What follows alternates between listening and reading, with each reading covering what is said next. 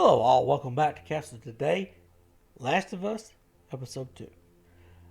There again, probably the last time. Haven't played the video game, so I don't know how accurate it is.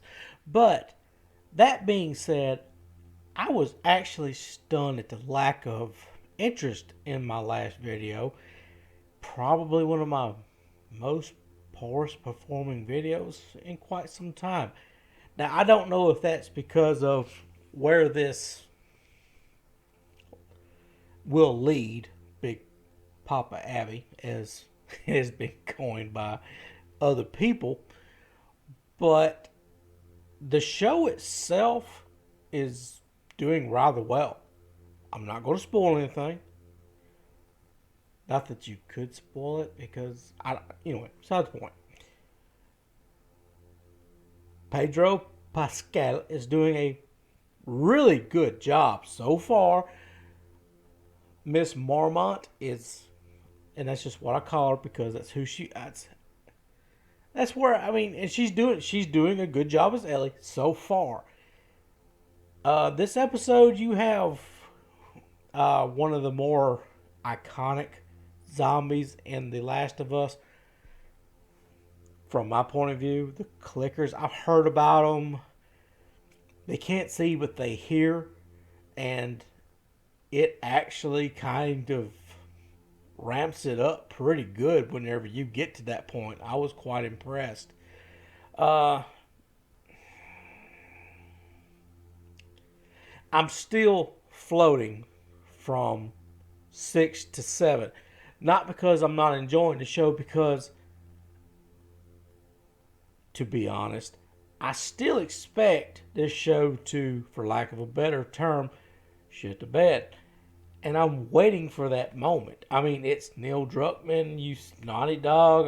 I know where this is going. And I don't know how much reverence it's going to give to the original game. I'm looking forward, especially after watching this show, to playing the game. Now we'll be doing that live. Never played it. But I want to finish this show first. And I'm wondering how do I put this? With how slow they are taking this story. Allegedly, there's going to be 10 episodes. I may be wrong about that. There may be more.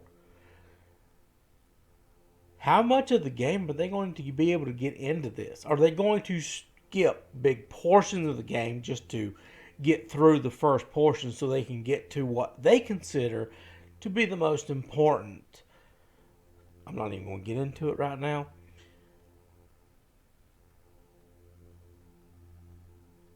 But hear me out. No knee-jerk reaction. Just hear me out.